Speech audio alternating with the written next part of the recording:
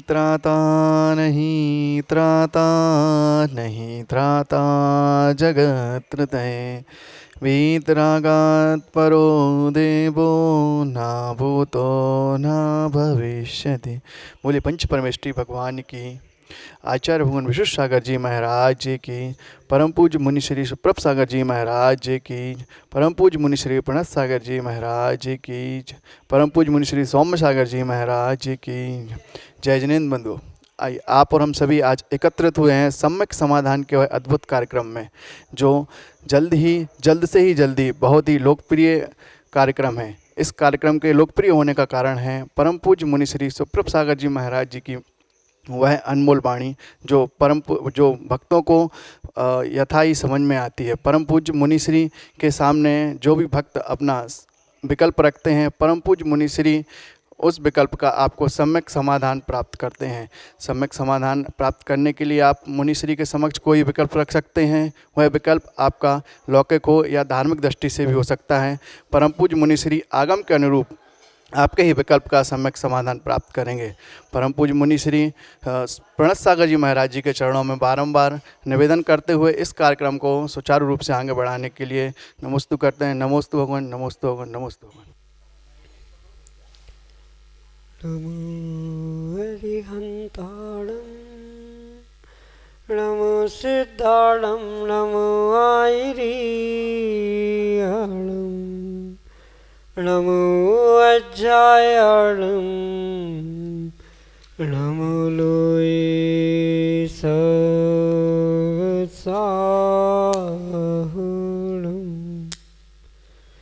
पंच परमेष्ठी भगवान की, परम पूज्य आचार्य भगवंत गुरुवर विशुद्ध सागर जी मुनि महाराज जी की, परम पूज्य मुनि श्री सुप्रभ सागर जी महाराज जी की,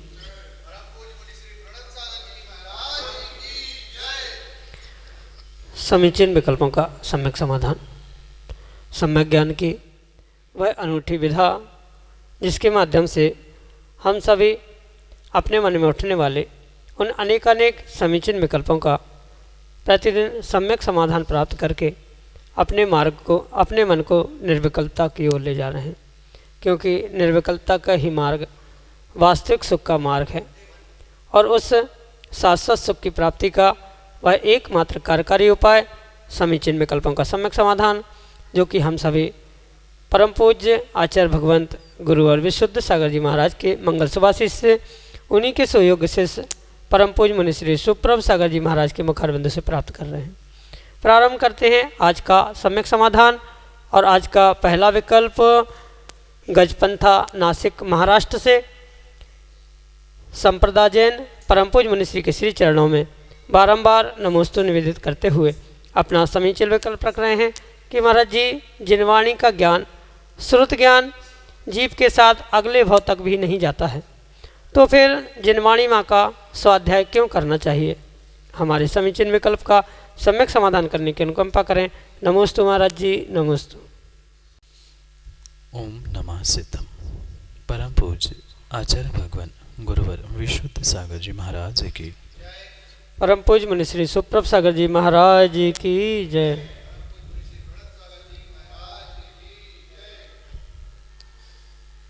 ये परम सत्य है कि वर्तमान में प्राप्त किया गया जिनवाणी का ज्ञान अगली पर्याय में नहीं पहुंचता।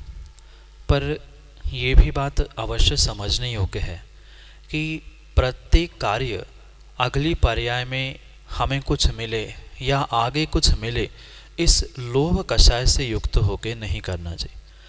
अगर जिनवाणी का ज्ञान प्राप्त इसलिए किया जा रहा है कि हमें कुछ मिले, अगली पर्याय में जाना चाहिए, या किसी भी प्रकार का अगर वहाँ लोभ है, तो वास्तविकता में वह जिनवाणी का अध्ययन, जिनवाणी का ज्ञान नहीं है, अपितु कहीं न कहीं वह परिपूर्ण रूप से एक लोभ कषाय का ही परिणमन समझने योग्य होगा।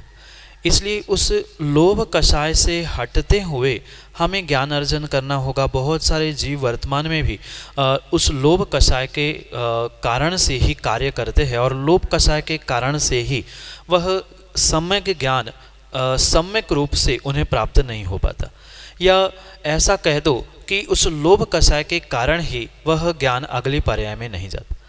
पर ये भी जितना परम सत्य सिद्धांत है उतना जिनवाणी की अपेक्षा से और आचार्य भगवंतों की अपेक्षा से ये भी समझना होगा कि जो जीव अपने जीवन भर साधना तपस्या आदि करते समय परिपूर्ण रूप से अगर निर्मल भावों के साथ साधना करता है, तपस्या करता है, ध्यान अध्ययन आदि करता है, तो नियम से वह अगली पर्याय में जिनवाणी का कुछ अंशों में ज्ञान वह ले जा सकता है। पर कुछ अंशों में पहुंचना और पूर्ण ज्ञान पहुंचना, इसमें जमीन आसमान का अंतर है। जो जीव जीवन भर कषायों से रहित होकर त्याग तपस्या साधना करता है, वह अगली पर्याय में ज्ञान को ले जाने की संभावना को प्राप्त करता है। पर ज़रूरत नहीं है कि हर जीव उस ज्ञान को अगली पर्याय में ले ही जाए, क्योंकि वह श्रुत और मति ज्ञान जो होता है वह क्षयोक्षमिक ज्ञान होता है। किसका कैसा क्षयोक्षम है, कितना क्षयोक्षम है, वह परिपूर्ण रूप से अपने अपने कर्मों पर निर्भर किया करता है। और ये भी समझे कि अगर लोभ कषाय से युक्त होकर हम ये सोच रहे हैं कि आने वाली पर्याय में हमें ज्ञान हो, इसलिए वर्तमान में ज्ञान अर्जन करें, तो वह कोई सोचना किसी भी प्रकार से उचित नहीं है, क्योंकि श्रुत ज्ञान वर्तमान में भी कार्यकारी होता है। और जो वर्तमान में कार्यकारी श्रुत ज्ञान है वह आने वाले समय में भी भले ही प्रत्यक्ष रूप से अगली पर्याय में काम में नहीं आए, याद भी नहीं आए, पर फिर भी वह श्रुत ज्ञान परंपरा से हमारे लिए केवल ज्ञान की उत्पत्ति का निमित्त साधन बन सकता। इसलिए कहीं ना कहीं अगर उस श्रुत ज्ञान के माध्यम से आराधना और निर्मल भावों से निष्कषाय होते हुए साधना की है, तो कहीं ना कहीं वह आने वाली पर्याय में हमारे लिए उपयोगी अवश्य ही होगा। मैं तो कहता हूँ अगली पर्याय में वह कार्यकारी हो नहीं हो, पर जो श्रुत ज्ञान निर्मल भावों से प्राप्त किया है वह वर्तमान में तो अवश्य ही प्रयोग करने योग्य है। और जिन जिन जीवों ने उस श्रुत ज्ञान में विशेषताओं को प्राप्त किया है, नियम से उस श्रुत ज्ञान की विशेषताओं के कारण से वह आने वाले समय में परिपूर्ण रूप से उस श्रुत ज्ञान से मनुष्य पर्याय को धन्य करते हुए, संयम को प्राप्त करते हुए, सम्यक दर्शन सम्यक ज्ञान के साथ आने वाले समय में सम्यक चारित्र को प्राप्त करते हो मनुष्य पर्याय को धन्य करते हुए, या निर्ग्रंथ पद को प्राप्त करते हुए निर्वाण को भी प्राप्त करने की संभावना होती। क्योंकि भले ही एक पर्याय का श्रुत ज्ञान दूसरे पर्याय में, जिनवाणी का दूसरे पर्याय में नहीं पहुंचता है, पर कहीं ना कहीं वह श्रुत ज्ञान का अभ्यास, श्रुत ज्ञान का सतत किया गया चिंतन मनन और अध्ययन आने वाले उसी पर्याय में भी और क्रमशः परोक्ष रूप से वह उस करने योग्य कार्यों के लिए, यानी संयम आदि चारित्र आदि प्राप्त करने के लिए कार्यकारी उपाय हो सकता है। इसलिए निर्लोभता को धारण करते हुए जीव को परिपूर्ण रूप से श्रुत ज्ञान का और जिनवाणी आदि का अध्ययन करना ही चाहिए। वह साक्षात प्रत्यक्ष रूप से वर्तमान में और परोक्ष रूप से अगली पर्याय के लिए वह निमित्त बन सकता है। यही आपके लिए सम्यक समाधान। प्रेमचंद जैन, शिक्षक, गुड़ा, उत्तर प्रदेश से परम पूज्य मनीश्री के श्री चरणों में बारंबार नमोस्तु निवेदित करते हुए अपना समीचीन विकल्प रख रहे हैं कि महाराज जी, मानव जीवन चिंतामणि के रत्न से भी बहुमूल्य है। मानव जीवन के कीमत को व्यक्ति समझ नहीं पाता है। मृत्यु भी शाश्वत है। मनुष्य जीवन के क्षण निकलते जा रहे हैं, लेकिन मनुष्य विवेकशील प्राणी होते हुए भी समय के उन क्षणों का सदुपयोग नहीं कर पा रहा है। तो ऐसा उपाय बताने की अनुकंपा करें जिससे कि कल्याण के इच्छुक मनुष्य अपना मार्ग प्रशस्त कर सकें। नमोस्तु महाराज जी, नमोस्तु। भले ही मनुष्य विवेकशील है, ज्ञानवान है, पर कहीं न कहीं मोहनी कर्म की तीव्र सत्ता और मोहनी कर्म का तीव्र उदय होने के निमित्त से वह सच को, सत्य को, अच्छाई को, सच्चाई को जानने के बाद भी जीवन की उस सच्चाई अच्छाई को प्राप्त करने का प्रयास नहीं कर पाता। क्योंकि कहीं न कहीं तीव्र मोहनी कर्म के मोह के निमित्त से जो अपना पराया मेरा आदि आदि के राग द्वेष के भाव जीव के भीतर उत्पन्न होते हैं, उस कारण से इस दुर्लभ मनुष्य पर्याय को प्राप्त करने के बाद भी जीव इस दुर्लभ मनुष्य पर्याय का, जीवन का और जीवन के एक एक समय का सदुपयोग नहीं कर पाता। क्योंकि मुख्य कारण तो उसके पीछे का तीव्र मोहनी कर्म का उदय है। और जब तक कर्म का उदय चलेगा तीव्र उदय है तब तक जीव कितना भी पुरुषार्थ करने का भी विचार करे, सत्य को जानने का भी विचार करे, प्रयास भी करे, पर उस सत्य को वह ना प्राप्त कर पाता है, ना जीवन में उतार पाता है। इसलिए सबसे पहले तो उन मोह के निमित्त भूत जो राग द्वेष के परिणाम हैं, अपना पराया आदि जो ममत्व के भाव है, ऐसे उस राग द्वेष के परिणामों को कम करने का पुरुषार्थ जीव को करना होगा। क्योंकि बिना कारण के कार्य की सिद्धि नहीं होती, और उस कार्य की सिद्धि के लिए यानी संसार में जो भ्रमण चल रहा है, उस संसार भ्रमण के लिए जो निमित्त बन रहे हैं, ऐसे उस राग द्वेष के लिए या सब कुछ सामने होने पर भी समझ में नहीं आने के कारण वह राग द्वेष ही उसका मुख्य कारण है। तो उस राग द्वेष को जीतने का पुरुषार्थ प्रत्येक जीव को करना होगा, क्योंकि स्वार्थ के वशीभूत होते हुए जीव कहीं ना कहीं राग करता है, और जहाँ राग होता है वहाँ स्वाभाविक द्वेष भी अपने आप प्रकट होता ही होता है। इसलिए उस राग द्वेष को जब तक जीतने का प्रयास नहीं किया जाएगा, ममत्व को कम करने का प्रयास नहीं किया जाएगा, तब तक कितना ही जीव विवेकवान हो, ज्ञानी क्यों ना हो, पर वह चरितार्थ में नहीं ला पाता है। इसलिए सबसे मुख्य कार्य जीवों को इस मनुष्य पर्याय को प्राप्त करने के बाद कुछ करना है, तो सबसे पहले उसे अपने उस राग द्वेष को, ममत्व परिणामों को जीतने का पुरुषार्थ करने की आवश्यकता है। और जैसे ही उस पर वो पुरुषार्थ करने लग जाएगा, क्रम क्रम से वह अपने विवेक को और जागरूक करेगा, क्योंकि ये ज्ञानावरणी, दर्शनावरणी आदि आदि जितने भी कर्म हैं, वे कहीं ना कहीं उस मोहनी कर्म के सत्ता में ही प्रबलता को यानी और प्रचुरता को प्राप्त होते हैं। इसलिए सबसे पहला पुरुषार्थ अपने राग द्वेष को, ममत्व को जीतने का करना होगा। और उस राग द्वेष को जीतने के लिए कोई जादू की छड़ी नहीं है, या भगवान के पास पहुंचकर राग द्वेष नहीं जीता जा सकता। उस राग द्वेष से जीतने के लिए परिपूर्ण रूप से जीवों को कहीं ना कहीं स्वाध्याय आदि करने की बहुत आवश्यकता है। जब तक स्वाध्याय ग्रंथों का विशेष करके उन द्रव्यानियोग आदि आदि ग्रंथों का अगर गहन अध्ययन नहीं किया है, तो जीव कभी भी उन रहस्यों से या उस राग द्वेष से दूर होने का प्रयास नहीं कर सकता।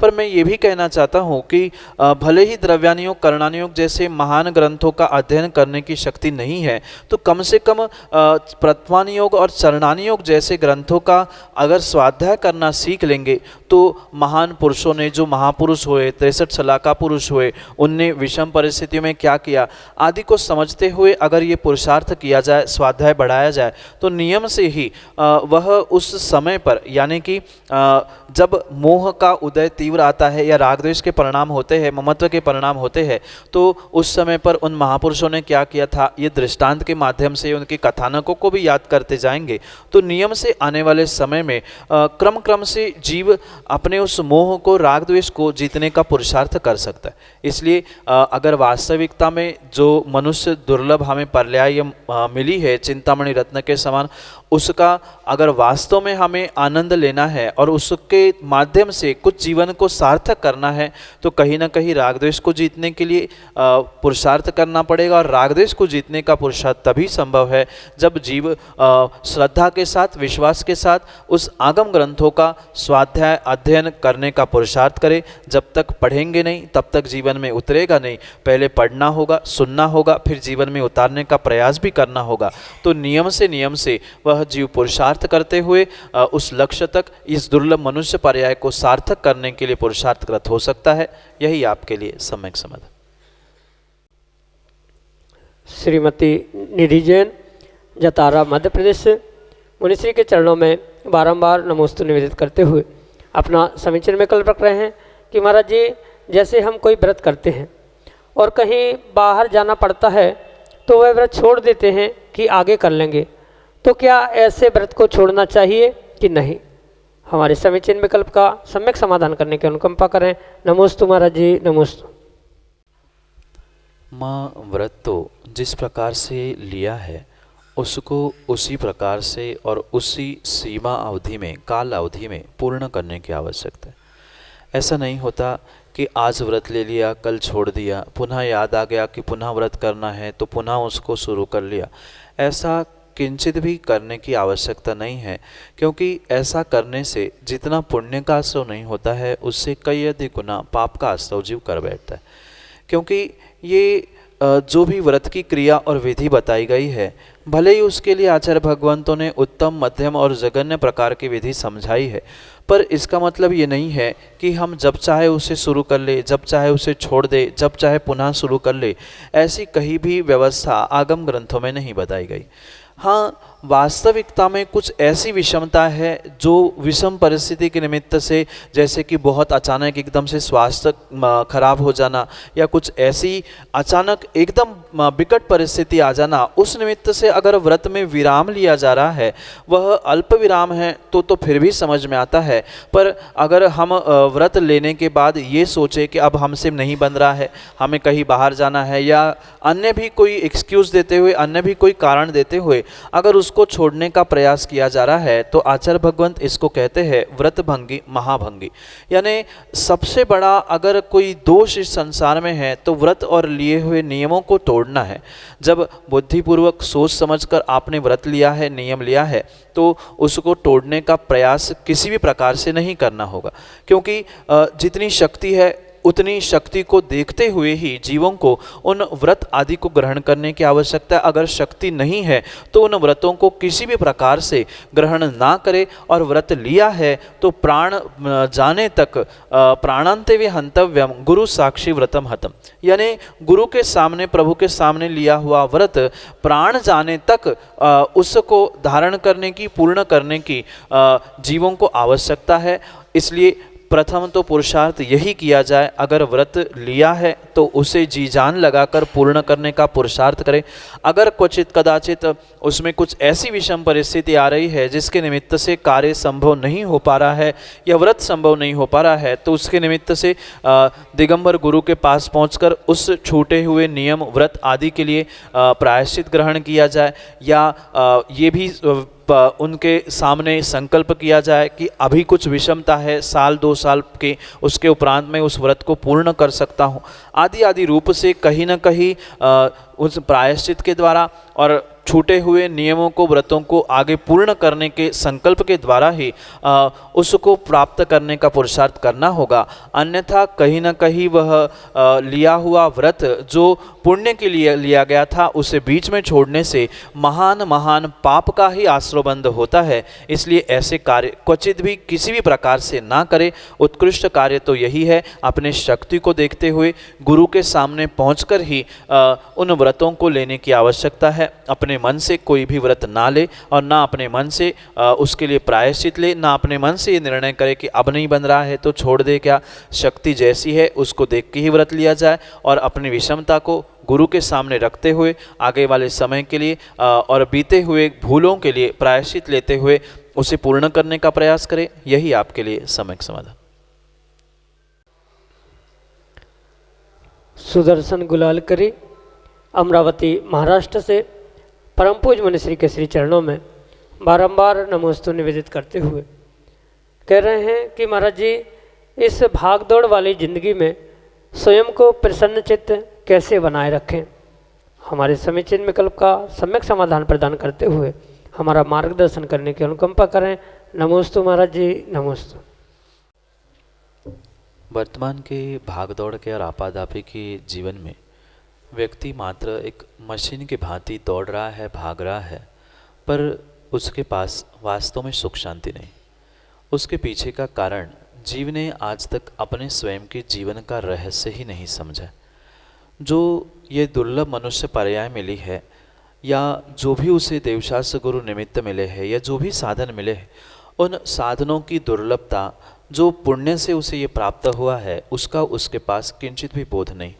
और इसी कारण से वह उस भागदौड़ में, आपाधापी में अपने आप को ऐसा समर्पित कर देता है कि उससे हटते हुए वह अपने जीवन को और अपने आप को बदलने का, सुख शांति देने का पुरुषार्थ ही नहीं कर पाता। इसलिए ये बहुत ही अनिवार्य निमित्तों को और साधनों को जो प्राप्त करने की आवश्यकता है और उसका बोध करने की आवश्यकता है, तभी जाकर एक जीव इस भागदौड़ की ज़िंदगी में कुछ अंशों में शांति को या अपने मन को प्रसन्न करने का पुरुषार्थ करे। क्योंकि कहीं ना कहीं भागा दौड़ के पीछे वह आने वाले कल के लिए या बीते हुए कल के पीछे आपके वर्तमान के उस आनंद को, वर्तमान के उस क्षणों को नहीं जी पाता है, जिस कारण से अपने मन को, अपने चित्त को, अपने आप को वह प्रसन्न नहीं कर पाता।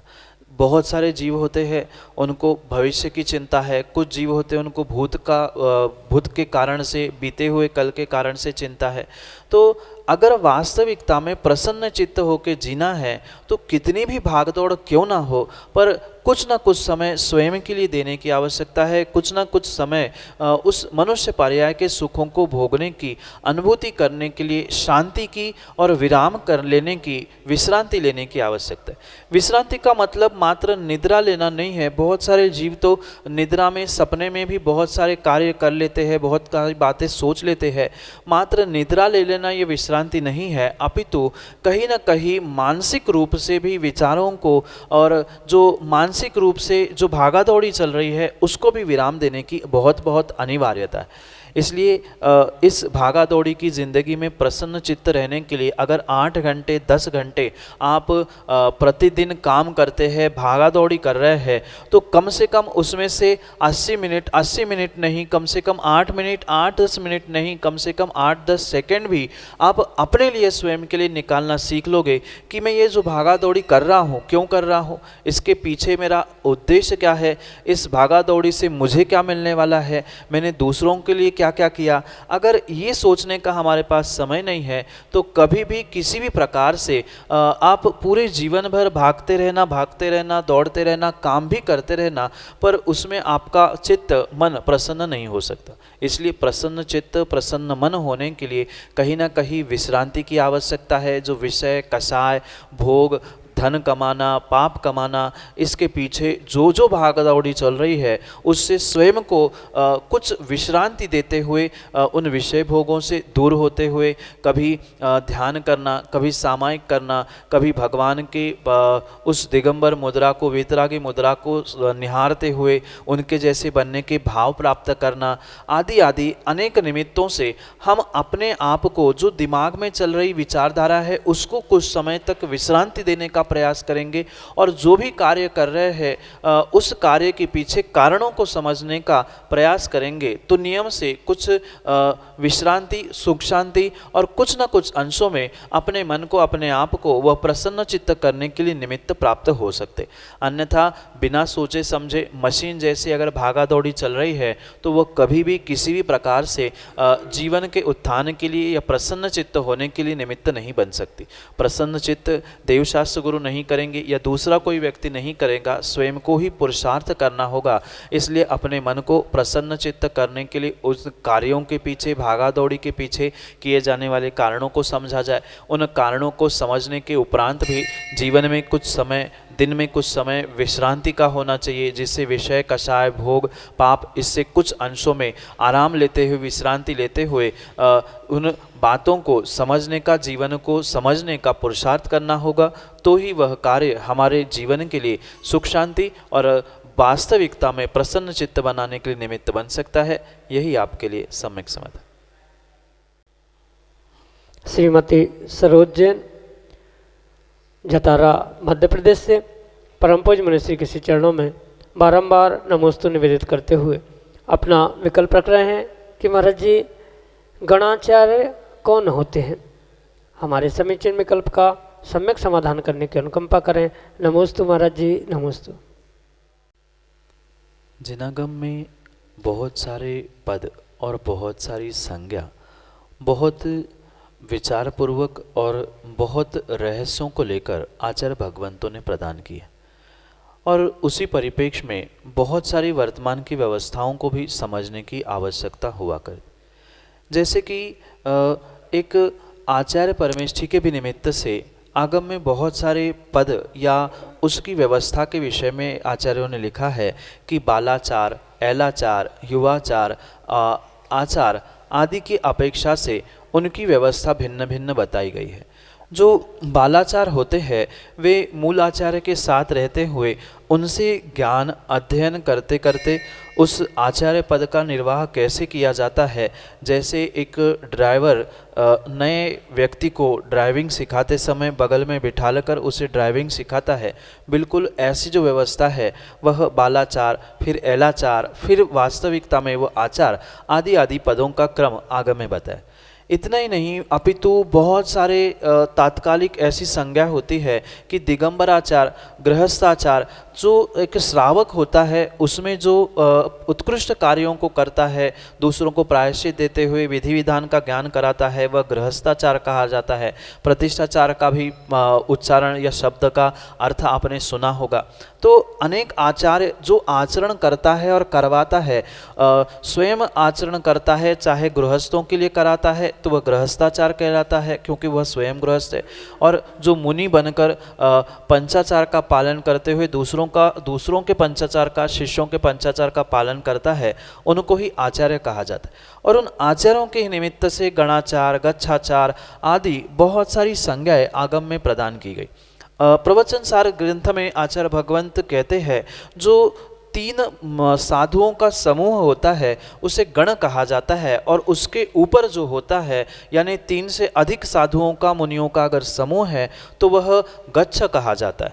तो जब उन 3 शिष्यों का या 3 शिष्यों के जो आचार्य है उनको संज्ञा देते हुए गणाचार्य संज्ञा दी गई। उससे अधिक अगर आचार्यों के गुरु है तो उनको सूरी गच्छाचार, ऐसे अनेक शब्दों का प्रयोग आगम ग्रंथों में, जो कि हमारे पूर्वाचार्यों ने बहुत विस्तार से उसका व्याख्यान किया गया है, उसमें बहुत अच्छे से इसका व्याख्यान किया। पुनः समझना, 3 शिष्यों तक गण कहा जाता है या 3 मुनियों के समूह को गण कहा जाता है, उसके ऊपर गच्छ ये संज्ञा प्रदान की जाती है। तो इसका प्रमाण आगम में प्रवचन सार जी में आपको देखने में मिल जाएगा, और वहीं से ही वह गणाचार्य शब्द, क्योंकि जो 3 आचार्यों का गण है और उनसे जो श्रेष्ठ है ऐसे उन गणाचार, गणधराचार, गणी आदि आदि अनेक आगम शब्दों का बोध ना होने के कारण से वर्तमान में जीव बहुत सारे शब्दों को लेकर उद्वेलित या भ्रमित होता है।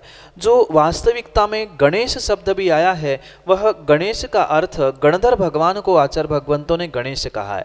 जो सभी यतियों, मुनियों, ऋषियों के जो अधिपति है, ऐसे गण के जो अधिकारी होते हैं उनको गण के ईश ऐसे गणेश कहा जाता है। वही गणधर होते हैं, वही गणेश होते हैं। तो वही गण को धारण करने वाले जैसे है, ऐसे 3 मुनियों के, 3 आचार्यों के समूह को धारण करने वाले गणाचार, और उससे आगे अगर वह आचार्यों की परंपरा या आचार्य शिष्य बनते हैं तो उनको गच्छाचार ऐसा भी उपाधि रूप, पदवी रूप प्रदान किया हुआ, ये आगम की व्यवस्था को आगम ग्रंथों से और आचार्यों के अभिप्रायों से समझने की आवश्यकता है। यही आपके लिए सम्यक समाधान।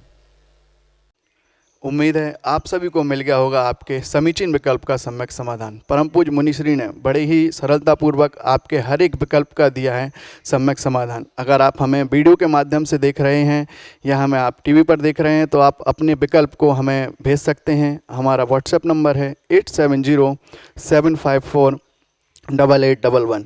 इस नंबर को एक बार और नोट कर लीजिए, 8707548811। अगर आप ईमेल उपभोक्ता हैं तो आप हमें ईमेल भी कर सकते हैं। हमारी मेल आईडी है samyak.samadhan@gmail.com। आपका विकल्प जो भी हमें मिलेगा हम जल्द से ही जल्द मुनिश्री के समक्ष उसको प्रेषित करेंगे, जिससे आपके मन में उठने वाला जो भी समीचीन विकल्प है उसका सम्यक समाधान आपको प्राप्त हो जाए। आपका विकल्प जो भी हमारे पास आता है, परम पूज्य मुनिश्री उसको उस विकल्प का सम्यक समाधान प्राप्त करते हैं। ज़्यादा विलम्ब न करते हुए परम पूज्य मुनिश्री के चरणों में नमोस्तु करते हैं। नमोस्तु भगवान, नमोस्तु भगवान, नमोस्तु भगवान।